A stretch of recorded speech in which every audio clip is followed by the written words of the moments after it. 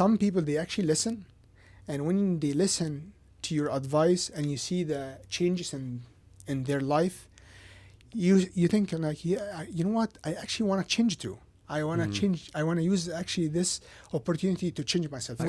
We actually met a lot of people that they are denial of the problem that they have, and that's why the problem is not fixed, and that's why they go through complication.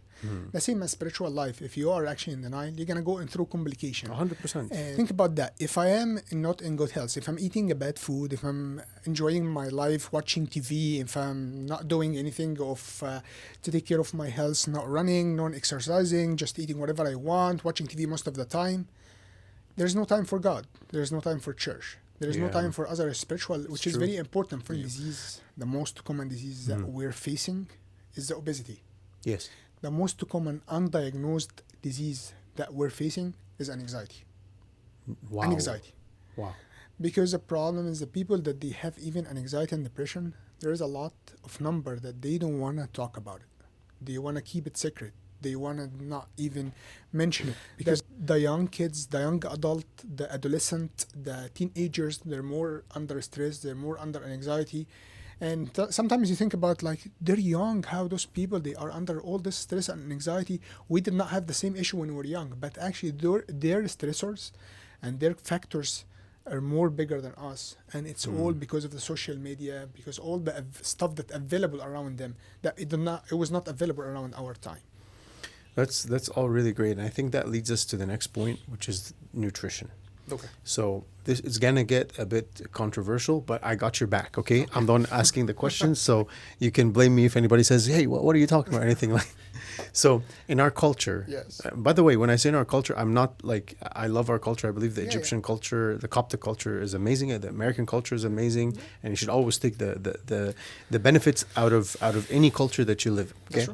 But in our Coptic community, when it comes to nutrition, we were raised on so many, I don't know if I should call it like hilarious stereotypes. Let's call it unhealthy. Yes. Let's be politically correct. So there is many things that we were raised on that, you know, that, I mean, I'll mention some and you tell me whether like you like truth or fiction. Okay. Of course, like the idea even from, I'll start from like the early development of life, right? The idea that like when a kid is young, you have to feed him, like the most important focus, you have to keep feeding, and you feed carbs and milk and all these things that like if your baby's fat, that means he's a good baby, right? Doesn't matter, like as if kidneys and like cholesterol and these things, they just don't exist, right? Yes. And that's one of the things. Like I remember, like even when I first had my son, that was one of the things where I just like sat down with my wife and I was like, listen, like we're going to like we're gonna format, like, you know, Control Alt delete all any files that we have in our head about like yes, exactly. Like the Coptic rites are great for the liturgy and in church, but the Coptic rites of eating, this is not, we're not going to do this with our son. And so like one of the things is like this whole idea of like the fatter you are, especially as a kid, like if your kid's fat, he's healthy. Yeah. And then also like sometimes I see people like give their little kids, like I don't know, like I saw that before and it wasn't here, thank God. But one time I went somewhere and like there, I saw somebody like giving their baby like shay bilaban, like tea. It was like a 2-year-old, and I was like, "What are you doing?" Like, no, this will help them be focused in the future. So, can you tell us like the dangers of stuffing our kids with carbs and sugar in a young age? Of course. So I would back it up and I support you, Abuna. Yes, every culture, let's put this, every culture, they have some unhealthy habit. Yeah. As we mentioned earlier, like the Asian culture, they eat a lot of rice. Yes. The Filipino culture, they eat a lot of rice. The Hispanic culture, they eat a lot of tortillas. So each culture has the bad lifestyle. Yeah. And we have to understand this is not really something right, and we have to fix it. Regarding our Egyptian culture, yes, that's absolutely wrong, and I'm going to give you something, for one example. Okay. So part of the healthy baby or the healthy kid, actually to make them able to go through their life steps. which is basically at age of 4 months or 6 months, they have the crawling, they have to walk, they have to do step by step. This is part of their physical activity. If the baby is actually heavy, he will not be able to do that stuff. Is that will affect him? Yes, it's not only affecting him physically, it's affecting him mentally too. Even at a very young age. Mentally, yes, it's affecting their mentally, because you actually hold their mental grow as you hold their physical grow as well. That's very, very concerning. So it's totally unhealthy, and that's why there is a guideline that's available that for the diet for the kids, that we tell the baby, okay, the baby is supposed to only drink milk till age of 4 months, and then from 4 months you introduce some kind of food. And what is the type of the food that's available? It's most of the vegetables. And when you're supposed to start like apply some chicken or some meat at some age, there is no tea. There is no tea in there. No tea or coffee. I know. There is no tea and coffee at that age. Yeah. We didn't study that in medicine, okay? So there's no tea and coffee for that age. But again, and again, get back again to that point. So if you really hold them physically, it will affect them mentally. They have to go through the steps. They have to start crawling. They have to start standing up. They have to start walking. They have to start reaching the stuff. They have to start using their hands. All the stuff, it's actually mentally and physically. If they are physically captive or not able to do it, they will have an issue also. So can you give us healthy tips on how to encourage our kids to eat and, for their healthy development, both mentally and physically? Okay. So there's two parts here we need to talk about. Okay. Number one, which is very important, is the kids. We are example for our kids. So number one, we have first of all, we have to be healthy, us. So if we are healthy, we're eating healthy, our kids will look into us and going to say, oh, I'm not supposed to eat that because my daddy is not eating that. My daddy said that, or my mom, she said this is bad for me and I don't want to eat it. He will do the same, or she will do the same. So this is number one. Me, myself, has to start from me. That I'm the example, that I'm eating healthy diet in front of my kids. I'm not getting a chocolate, like a big bar of chocolate, eating in front of my kids and then tell them, hey, you're not supposed to eat chocolate. So he's going to say, oh, that's crazy. He's already eating chocolate. He doesn't want to give me that chocolate. This is the best thing in my life, and he doesn't want to give it to me. So I have to be number one. I have to work on myself first. So this is number one. Number two is the availability of the snacks and the food at house. What do you have in your house? What do you have in your pantry? I always tell my patient this. You have to go in your pantry and think about the stuff that's available in the pantry. This is the stuff that's available for your kids. So if your pantry is full of all this high carb, low protein, high fat stuff, your kid will eat from them. There is this is what's available. So you have to start with it. You have to change the idea. What do you have in your pantry? You have to start changing this. You have to start thinking about the healthy way to put high protein, low carb. Is the carb bad for you? Everything in high level is bad. Even the protein when it's high, like if you push yourself into eat a lot of protein and you're not eating other stuff, that's also bad for your liver. Of course. So it's just that you have to be moderate in everything. Yeah. Okay. The carb, the problem with the carb, it tastes really good. The body love it. The tongue love it. Your taste bud love them.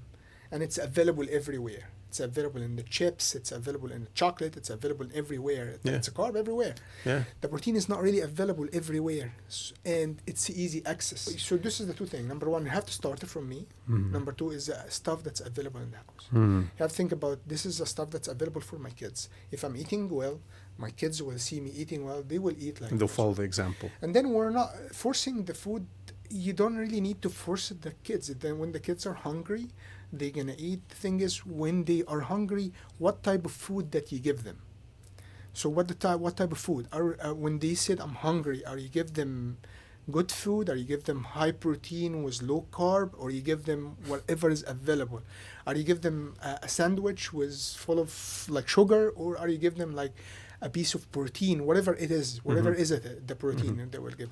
So, and again, when you feed them that amount of food, they will feel satisfied, they will feel not hungry, and you don't need to push for food, because when they're hungry, they're gonna eat. When they're hungry, they're gonna eat. The idea of forcing food or make them fat, that will, again, they will affect their physically and mentally, so it's not a good idea. Okay. Leading up to that, or leading past this, I have a very controversial issue that I want to address, and I've addressed it on the spiritual side, but I have not addressed it on. I think it would be good to get it from the medical perspective as well. One of the biggest challenges that I face as a priest sometimes is close to fasting time. Everybody comes and they want to know, how much of an exception I can get during the fast, or people decide that they want to start going to the gym during the fast. Yeah. Like all year we don't care about our protein, but when it comes to the fast, this is when how am I going to get my protein, everything like that. And one of the things that I always say, that actually nutritionally, even for the kids, like the fasting diet is healthy even for the kids, because sometimes we seem to think like that, if our kids don't drink milk or they don't eat eggs every day, that it's the end of the world, and this is it. Like they have to eat fatari or like non-fasting food in order for them to maintain. Now, of course, excluding here like allergies or dietary health issues, Yes. right? Because those exist, and God, our God is a merciful God. That's true. So and the point of fasting is that it has to be up to my ability. So somebody who has a sickness, actually, according to the church fathers, is fasting more strictly than because the sickness itself, makes us in a fasting state anyways, right? That suffering that the body goes through. So I'm not talking about the cases where there's like a medical need or somebody recovering from a sickness or anything like this. In the regular case, I feel like we have a misconception that if the kids eat fasting, it's going to make them weak. So can we call this a misconception, or is this medically actually accurate that that fasting or having a fasting diet, I don't want to call it a vegan diet, but a diet that is plant-based, right? Is it so bad for our kids to start at a young age from a medical perspective? So let's think about that. We live here with different cultures. One of the culture that's here actually in the United States is the vegan culture, right? Yeah. We have a lot of vegan. Me personally have a lot of vegan family. They come to my clinic. They're okay. They live their life fine. Their kids are vegan since they were born, and they grow up. I see them when they are adolescents and adult and so on and so forth.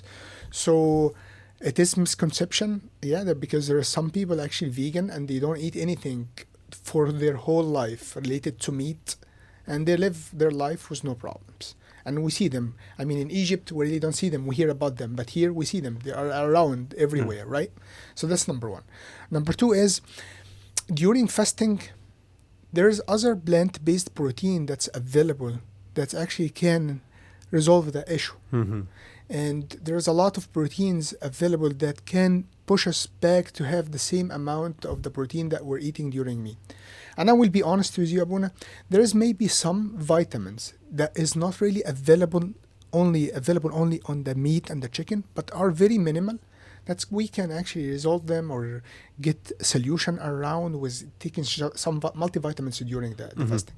And they are very minimal. The other thing is, our fasting is only for a certain period of time. Like it's only 55 days. And then after that, you're not really fasting that after.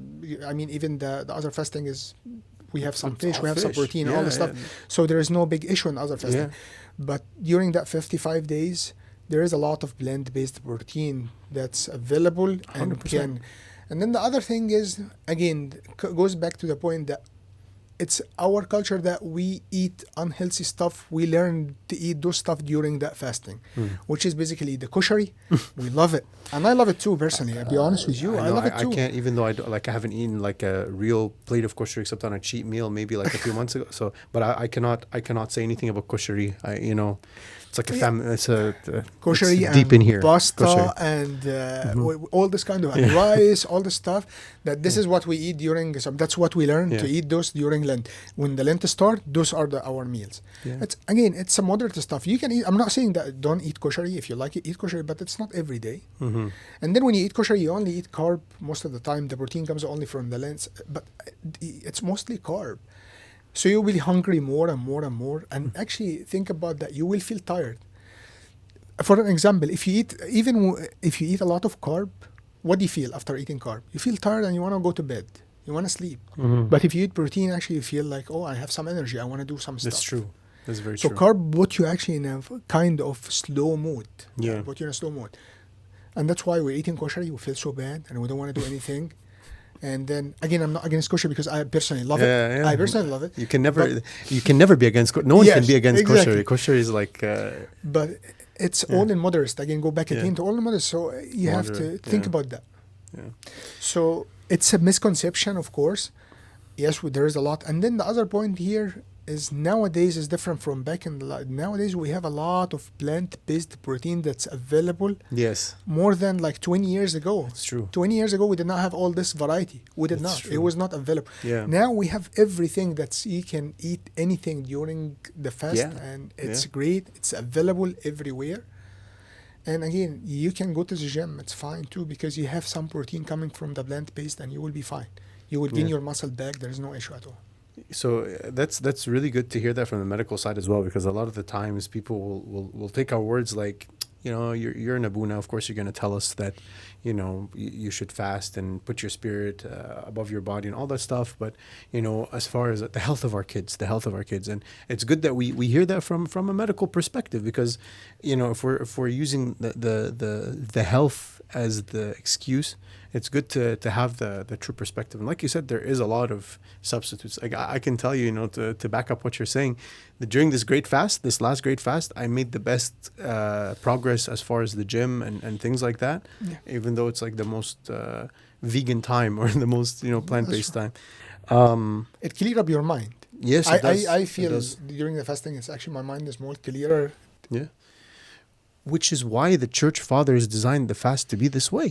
By Yeah. the way, like the reason why fasting was designed by the church fathers, or why, you know, going to a plant-based or just eating that is not just about the humility of it or living the life of poverty when it comes to food, but the idea that, you know, eating meat, as you're saying, or eating like whenever you're eating like all the luxurious kind of things, you know, it brings this kind of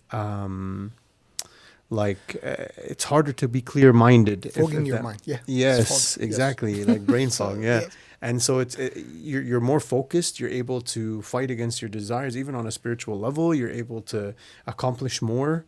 I remember, you know, the late Pope Shenouda, God rest his soul. One of the things that I remember very prominently, one of his quotes is that he said, like, the best prayer is the prayer that you pray while you're hungry. Yes, Like true. during the time of hunger, Mhm. that is the best time to pray. The last thing kind of that I want to kind of talk with you about is how can I wisely manage my time, right? Because I feel like all of this stuff takes an effort, right?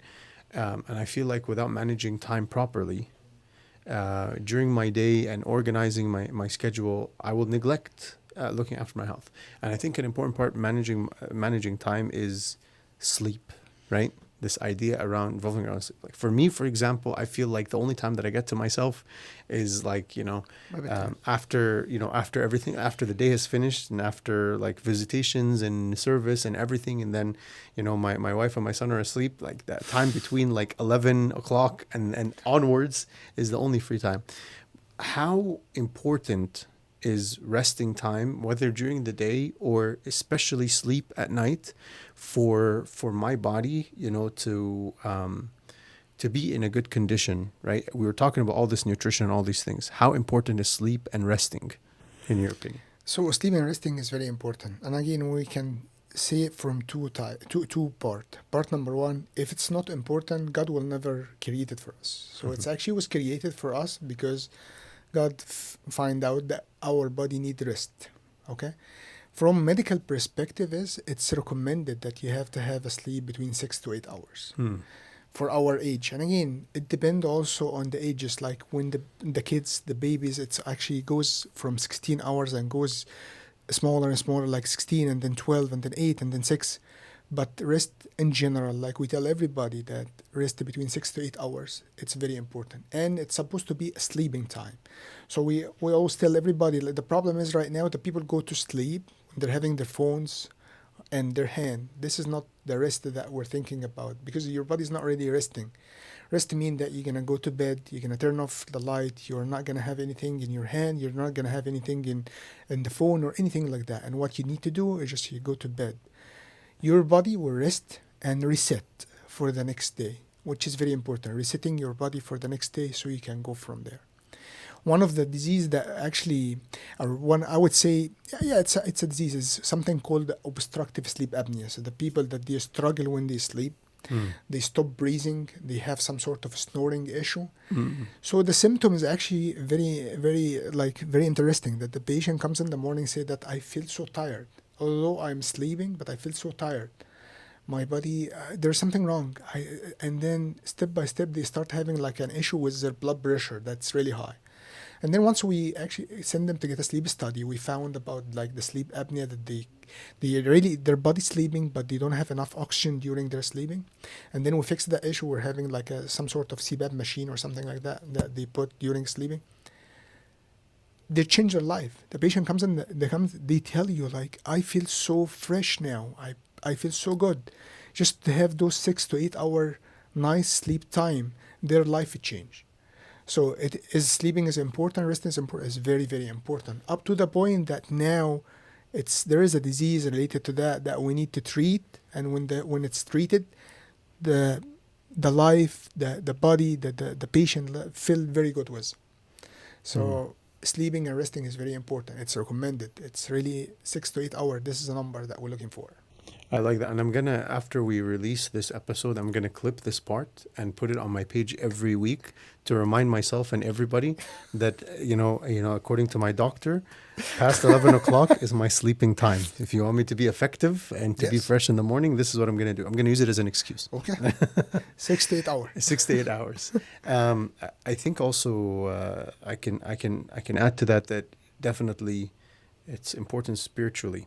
Yeah. And I'll share something with you that was very interesting, and I read it for the first time just a few months ago during the Feast of St. Anthony. And I think I shared it with a few people, but I'll share it again on this episode. That in the book about the life of St. Anthony by Saint Athanasius, who wrote the life of St. Anthony, he said that he talked and highlighted some of the wars that the demons wage against the monks. Mm-hmm. And one of the wars that was mentioned in there is that the demons would wake up the monks in the middle of the night, telling them, get up to pray midnight prayers, to pray midnight prayers. And many times, like if a monk is not paying attention, he'll think that it's an angel, right? And actually many times whenever, like when we wake up in the middle of the night and we're like, I want to pray, we're like, the angel woke me up or something like that. But actually St. Athanasius in the book says that the demons would wake up the monks in the middle of the night to disturb their rest, so that the next day they are, they're not able to do their work effectively, and they're not able to do their prayers effectively either. Which was something that was I call it the war outside the box, right? The demons are really thinking outside the box, but it's it's so critical, and sometimes we don't appreciate this idea of resting, or we don't think of it as too important, and we would rather stay up and watch TV, or stay up and play a game, or even sometimes just stay up and read a book. And even then, there's some times where you have to just disconnect from everything. It's very important. I think we highlighted some very, very important issues during this episode. And I wanted you just to give a final statement, kind of giving advice to our viewers on how to keep a healthy life so that you can support your spiritual life, and also not fall to any misconceptions that may be around us, whether in the American culture or the Egyptian culture, to conclude our episode. So I would say, again, start by yourself. You are the reflector for your family. Your family will follow you once you get the right way. The other thing is a small, persistent change. Don't start really big, because you're going to fall. But if you start small and you're going to start step by step, you will be able to succeed at the end and get what you want and get you in a life that you're supposed to. And again, think about that. The body is a gift from God, so you have to make sure that you're taking care of that gift. Sometimes, as you mentioned, Apuna, at the beginning, we take care of other stuff. Like I like my car, so I take care of my car, I take care of my home, but also you need to take care of your body, because this is very important gift from God that you're supposed to take care of. Thank you so much for that. And I want to remind our viewers that the Bible indicates and says very clearly, you are the temples of the Lord, and the Spirit of the Lord dwells within you. So our bodies are a responsibility.